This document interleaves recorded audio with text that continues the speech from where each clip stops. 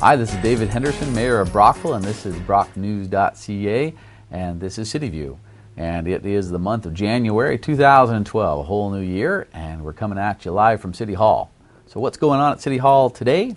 Well, last night we were just in another budget session. That kind of stuff gets pretty boring when we keep talking about it over and over, but this is the day-to-day nuts and bolts of what we do at City Hall, is talk about budgets and where we're going to spend money and how much money we're going to raise from taxes and how we're going to be conscious of what people can afford to spend. So right now we're in the late stages of the budget process.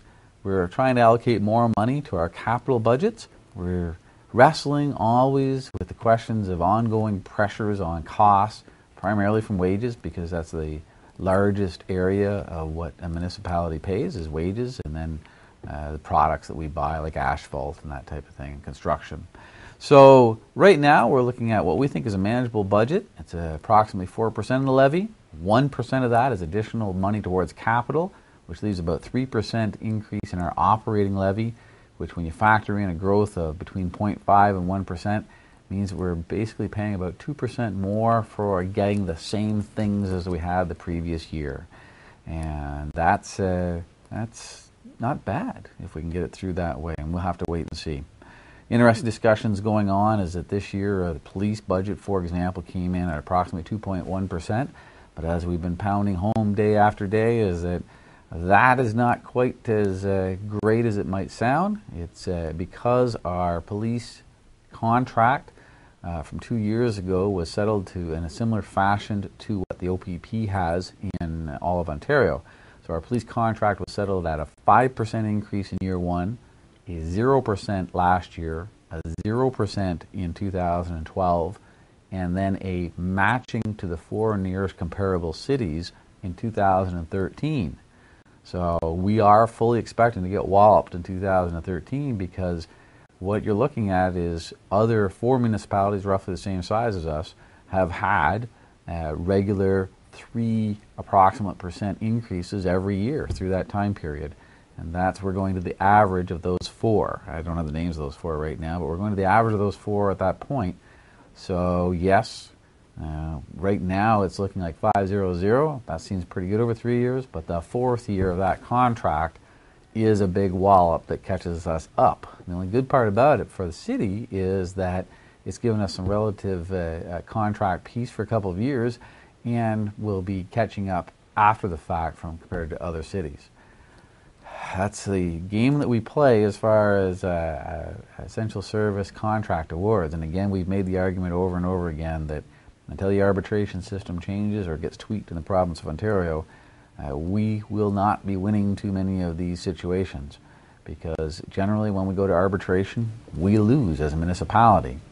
And if we don't go to arbitration, we end up settling at a sizable amount, this is a good example. So stay tuned for more on that, but that's the reality we face, and we keep lobbying the government to try and tweak it and make it more manageable, and make it fairer to the average person out there.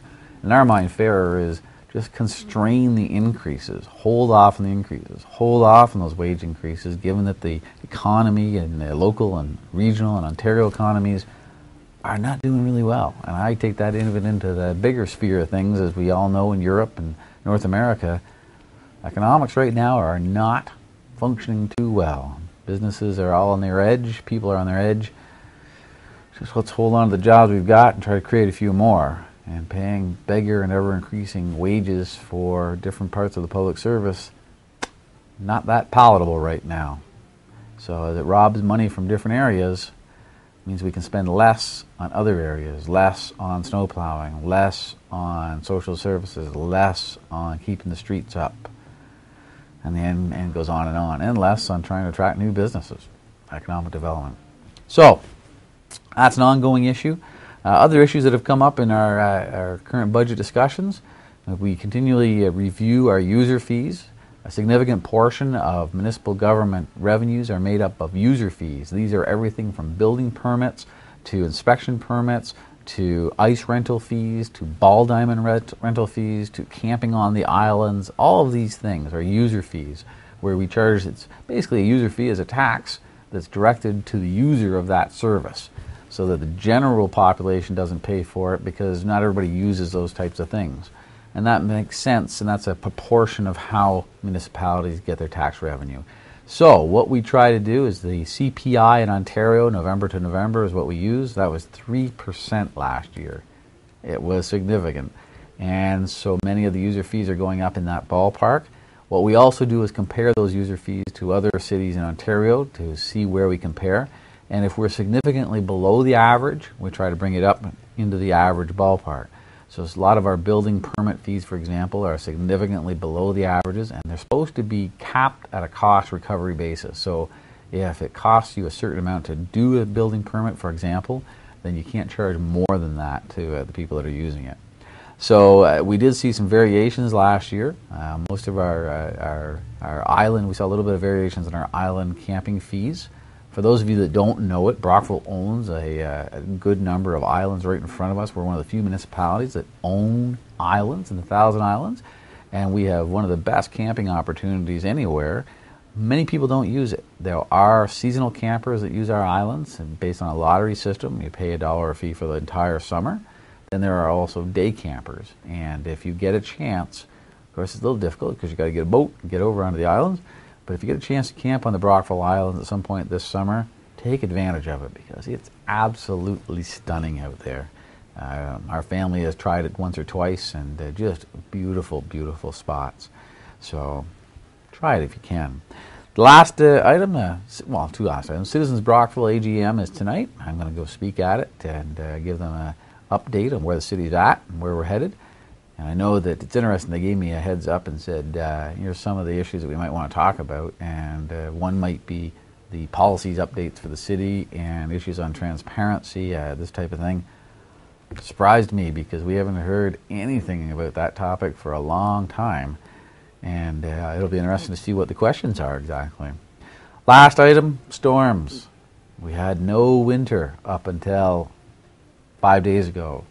Now we've had nothing but winter. So we had no winter.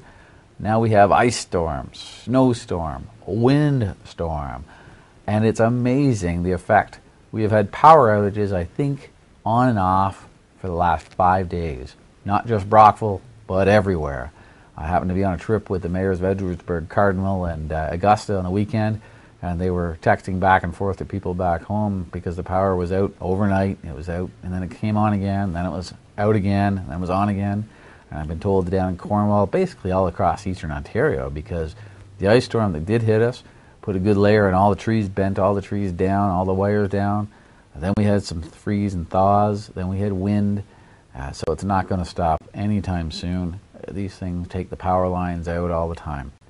And so hopefully, over time, we've had quite a few power outages over the last couple of years from windstorms. And hopefully that was just a peak. And if it's not, then utilities are going to have to start investing in some upgrading of lines and making it a tougher system, because I know businesses can't keep taking these outages, and I know people are getting a little frustrated too. Anyways, that's another issue. Here we are, January, on to a new year, 2012, and this is Dave Henderson from CityView, BrockNews.ca, saying so long. We'll see you back in February. Bye-bye.